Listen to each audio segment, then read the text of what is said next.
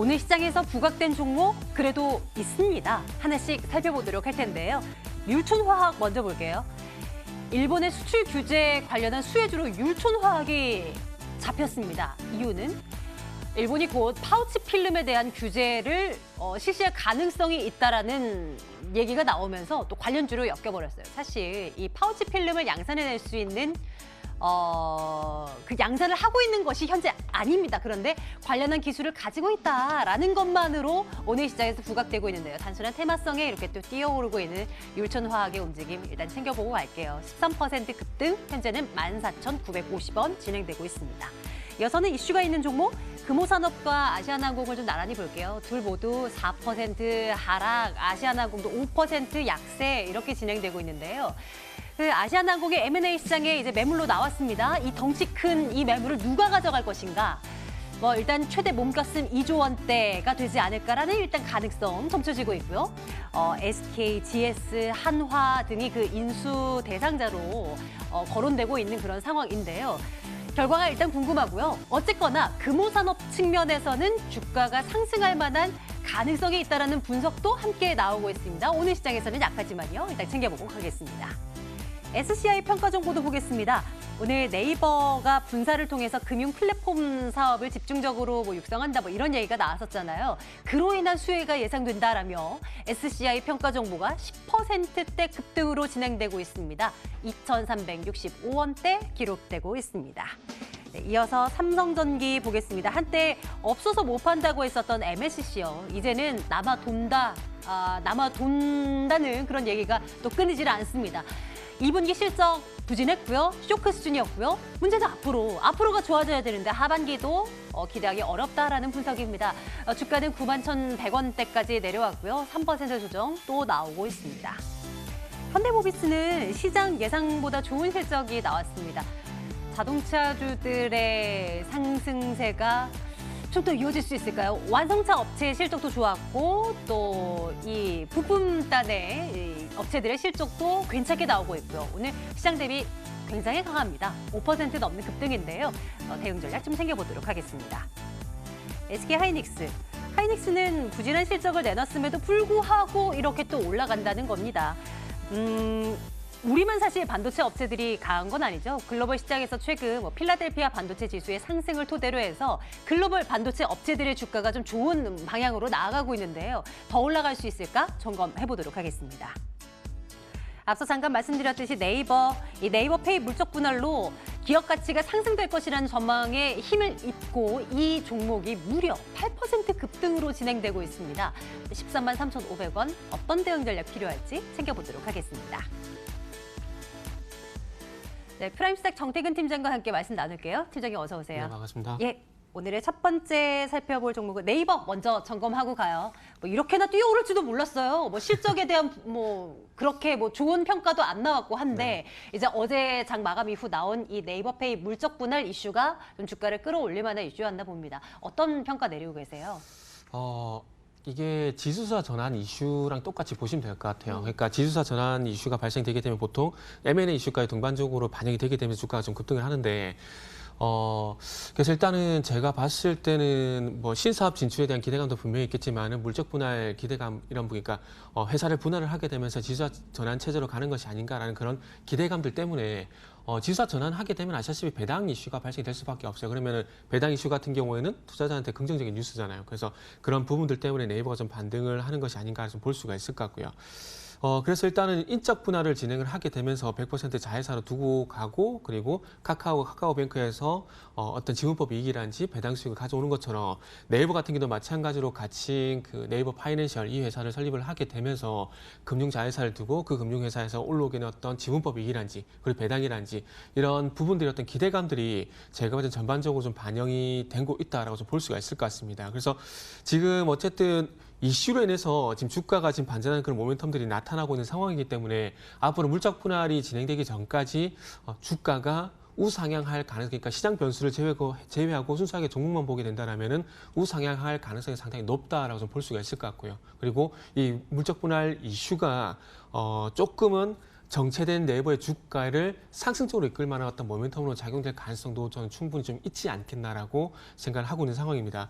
그리고 이런 그 새로운 신사업에 대한 기대감이 좀 반영이 되게 되면서 저는 개인적으로 네이버의 어떤 발목을 잡고 있는 요인이 좀 뜬금없긴 하지만 작년 10월 달에 액면 분할이 있었거든요. 그래서 네. 그 액면 분할 이슈가 저는 네이버의 어떤 주가를 발목을 잡고 있다고 생각을 하고 있습니다. 그런데 이 액면 분할 이슈 같은 경우에도 그 액면 분할 이슈 같은 게 아시겠지만은 EPS, 그러니까 주당 순이익 관점에서 보게 되면은 내가 가져가진 순이익이 작아진다는 얘기거든요. 그러면은 이 작아진 주당 순이익에 우려감이 있지만 새로운 사업을 진행을 하게 되면서 이 새로운 사업에서 발생되는 수익이 나한테 반영이 될 수 있다는 그런 기대감들로 역전이 될 수가 있기 때문에 좀 긍정적으로 볼 수가 있을 것 같습니다. 그래서 일단은 뭐 좋은 얘기만 계속 드리고 있는데, 그래서 결론적으로 봤을 때 주가의 어떤 그 추세 전환 기대감 이런 부분들이 있기 때문에 좋아요 의견 네. 드릴 수가 있을 것 같습니다. 차트 좀 보여주세요. 네. 거의 바닥권에 놓여 있잖아요. 물론 오늘 하루 만에 8% 넘는 급등으로 몰라요. 마무리가 될지는 뭐 어쩔지 모르겠지만 네. 그래도 바닥에 있는 만큼 지금 접근도 가능할까요? 이 부분을 찾아보면서 말씀드리면은 일단 뭐 대답을 먼저 드리자면 가능성은 있다라고 좀 볼 수 있을 것 같아요. 저 같은 경우에는 그 종목을 볼 때 전체적인 긴 추세를 볼 때 241선 중요하게 좀 보고 있는데요. 지금 화면 보시면 아시겠지만 이 하늘색 선이 241선입니다. 그래서 2018년 1월달에 이탈을 하고 난 다음에 이 그 241선을 회복이 좀 쉽지가 않았었는데 오늘 보시면 아시겠지만 이 241선을 강하게 좀 돌파해주는 흐름들이 나오고 있습니다. 그러니까 네. 장기 추세를 돌파를 한다라는 것은 장기 성장성이 있다는 얘기거든요. 그렇게 보게 된다라면은 241선 돌파 같은 경우는 단기로 상승이 끝나는 것이 아니라 장기로 좀 갈 수 있다는 그런 측면에서 좀 긍정적으로 볼 수가 있을 것 같습니다. 그래서 오늘 이후에 이 네이버라는 종목을 좀 보실 때는 이 240선을 8% 거래량까지 실려주게 되면서 강한 상승 흐름이 좀 나오고 있는데 이 241선을 좀 지켜주게 되면서 추가 상승 시도를 하게 된다라면은 아마 추적 매수 관점에서 충분히 괜찮을 수도 있다라고 말씀드릴 수 있을 것 같습니다. 네. 사실 어제 이 시간만 하더라도 네이버 네. 말고 카카오 쪽에 집중해서 봤었거든요. 그런데 뜬금없이 이렇게 또 호재성 뉴스가 나올지는 또 누가 알았겠어요? 또 네이버 눈여겨보게 됩니다. 하루 만에 분위기가 역전돼 버렸어요. 그러니까요. 저도 안 좋게 봤었거든요. 그렇죠. 예. 이제는 뭔가 분위기가 다시 바뀌었다는 거 쫓아가야 되겠습니다. 네이버 살펴봤고요. 이제는 전차 군단을 볼게요. 왕년에 또 전차 군단 하면서 시장에 또 막 중심이 돼서 주도주로 막 나아가고 이럴 때가 있었는데 참 모르겠어요. 예, 지금은 어떤 분위기로 이걸 해석해야 될지 모르겠습니다만 오늘은 일단 전차 다 강하긴 합니다. SK하이닉스 먼저 볼게요. 실적 부진하게 나왔음에도 불구하고 이렇게 올라가는 현상을 어떻게 바라보고 계십니까?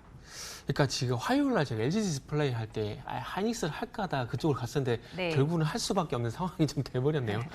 그 하이닉스 같은 경우 결론만 말씀드리면은 일단은 저는 개인적으로 올해 들어와서 좀 저항이 되고 있는 8만 원 돌파가 좀 쉽지가 않을 거라고 생각을 하고 있습니다. 일단은 첫 번째 근거는 이번에 화이트 리스트 배제 이게 대한 불확실성이 완전하게 해소가 되지 않은 상황이고요. 그리고 최근에 와서 그 감사한 영향으로 해서 반도체 가격이 좀 상승을 하다 보니까 거기서 긍정적인 얘기가 너무 좀 많이 나오고 있는 상황입니다. 근데 물론 가격이 상승하는 건 나쁜 이슈는 아니에요. 그러나 단순히 가격이 상승하는 것보다는 가격도 상승하고 수요도 같이 증가를 하게 된다면은 그것밖에 좋은 건 없잖아요. 2017년도에 삼성전자와 하이닉스가 주가가 급등을 할 수밖에 없었던 이유가 가격도 상승했고 더 중요한 건 수요도 그만큼 많았다는 얘기거든요. 근데 지금 상황은 2017년과 비교를 해봤을 때 물론 가격은 바닥권에서 돌아서는 흐름이 나오고 있긴 하지만 중요한 건 수요가 그만큼 2017년만큼 증가할 가능성이 없다라는 거죠. 그래서 그런 관점에서 보게 된다라면은 지금의 반등의 어떤 지속성 관점에서 한번 해석을 해보자면 판단을 해보자면은 그 지속성은 이어지지 않을 가능성이 상당히 높다라고 좀 보고 있고요. 전반적인 실적 같은 경우도 지금은 네. 턴어라운드보다는 더 이상 나빠지지 않는 그런 관점에서 제가 볼 때는 맞는 것 같아요. 그리고 마지막으로 세 번째, 골드만삭스에서 최근에 또 반도체에서 긍정적 리포트가 나왔죠. 네. 근데 반도체 그 섹터에 대해서 긍정적인 의견이 나왔다는 얘기만 하고 있지 실질적인 내용은 자세히 짚어보지는 않더라고요. 골드만삭스가 물론 하이닉스 매수 의견 나왔고요. 그 중립에서 매수로 바뀌었고 삼성전자 같은 경우에도 마찬가지로 매수 의견 유지를 하고 있습니다. 근데 그 리포트의 핵심은 뭐냐면은 그래서 최대 수혜주는 어떤 종목이냐에 대해서는 삼성전자 하이닉스가 아니라 마이크론이라고 제시를 했어요.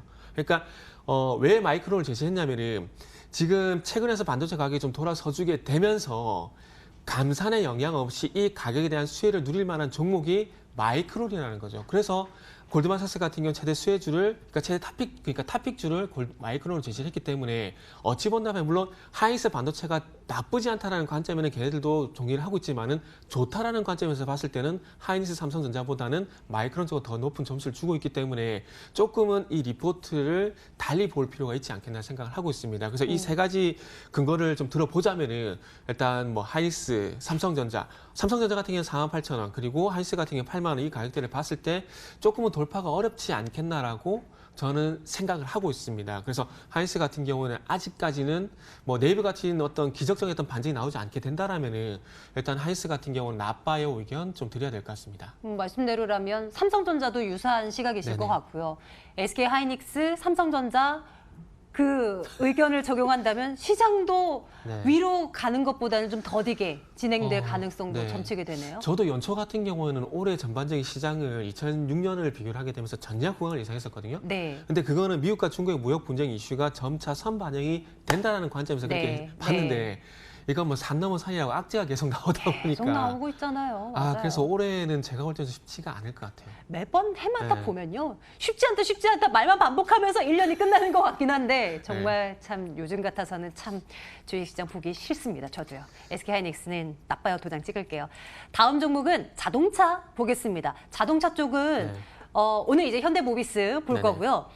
완성차도 그렇고 부품 업체도 그렇고 괜찮아요. 네. 실적도 잘 나오고. 근데 이제 기저 효과 대비해서 이제 잘 나오는 것인지 아니면 실제로 진짜 뭐 좋다라고 봐도 되는 것인지 상황 어떻습니까? 저는 그 화요일 날 기아차를 다뤘었지만은 저는 자동차 섹터를 보게 된다면 자동차보다는 자동차 부품주를 더 좋게 보고 있습니다. 그래서 연초 같은 게 펠리세이드라는 모델이 나왔을 때도 거기에 대한 레일램프라든지 헤드램프에 들어가는 LED 업체 SL이라든지 뭐 서현이와 이런 종목들을 좀 말씀 많이 드렸었는데 마찬가지입니다. 지금 현대모비스 뭐 3사를 보게 된다면 현대기아차보다는 제가 볼 때 현대모비스가 더 낫다라고 생각을 하고 있어요. 그리고 상대적으로 현대차하고 기아차가 실적이 잘 나오긴 했지만은 일시적인 환율 효과라는 이유로 인해서 조금 평가절하, 저평가를 좀 받고 있는데 현대모비스 같은 경우 그런 연유가 전혀 없다라는 것이 저는 긍정적으로 보고 있고요. 그래서 조금은 아쉽게도 신차가 나오게 되면서 그 신차에 대한 어떤 효과가 완성차보다는 자동차 부품 쪽으로 가고 있다는 것이 조금 아쉬운 상황이라 봐야 될 것 같아요. 그래서 저는 뭐 SL이란지 그리고 지금 나오는 현대모비스라든지 그리고 현대위아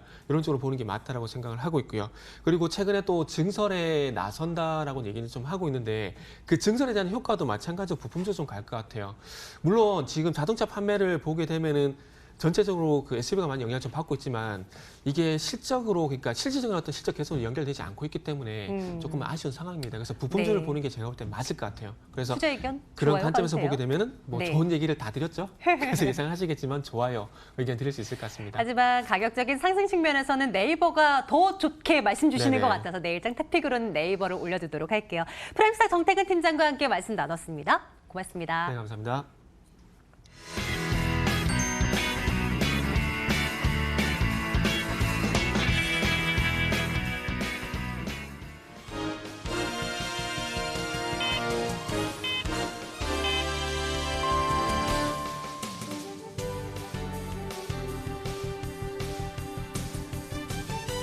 (7월 25일) 목요일에 거래 마쳤습니다. 투자자분들 많이 힘드셨죠? 뭐 하나 도움이 되는 게 없습니다. 북한은 미사일을 발사했고요. 러시아는 영공을 침해했고요. 여기에 일본은 내달 한국을 화이트리스트에서 제외한다라고 밝혀지면서 또 뭐 하나 악재로 뒤덮인 시장입니다. 또 여기에 실적이 조금 힘이 되어줄 수 있을까 했더니 실적 역시 쉽지가 않습니다. 많은 기업들이 또 실적과 주가가 반대로 가고 있다 이런 상황이 나타났는데요. 대표적으로 어닝 쇼크를 기록한 SK하이닉스와 네이버는 앞으로의 기대감에 주가는 빨간불을 강하게 켜냈습니다. 오늘 카카오와 네이버 하루 종일 비교 선상에 올라와 있습니다. 두 종목 함께 체크해 보도록 하겠습니다. 일단 어닝 쇼크를 기록한 네이버와 반대로 카카오는 어닝 서프라이즈를 기록했습니다. 실적도 굉장히 잘 나왔는데요. 하지만 시장은 이 반대로 앞으로 핀테크 산업을 두고 네이버와 카카오가 대결 구도에 오를 것이다. 이런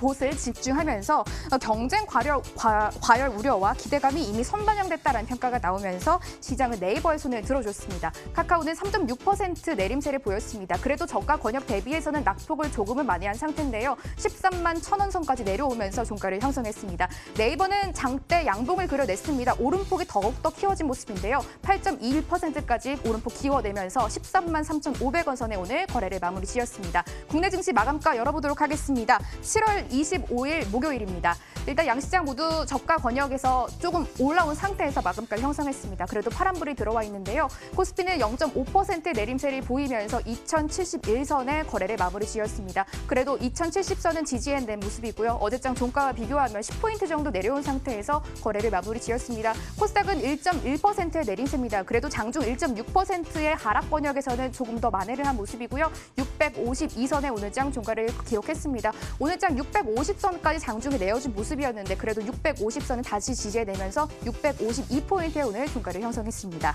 또 오늘 코스닥 많이 빠졌던 이유가 남북 경협주들이 부진했던 여기 있었는데요. 북한이 신형 미사일로 추정되는 발사체를 발사했다라는 소식 들려오면서 경협주들 일제히 하락세가 나왔습니다. 이번 발사는 최근 이어졌던 남북미 관계에 투심에 찬물을 가득 끼얹었는데요. 현대 로템은 오늘 장중 신저가가 나왔습니다. 3.2% 하락이었고요. 저가 권역에서 마감가가 나왔습니다. 일단 4거래일 연속 파란불 양봉이 들어와 있습니다. 17,750원에 오늘장 거래를 마무리 지었고요. 좋은 사람들은 그래도 양봉으로 전환이 되긴 했습니다. 그래도 2.6% 내림세로 4,490원의 종가를 기록하면서 어느덧 4,400원 선까지 내려와진 모습까지 포착이 됐습니다.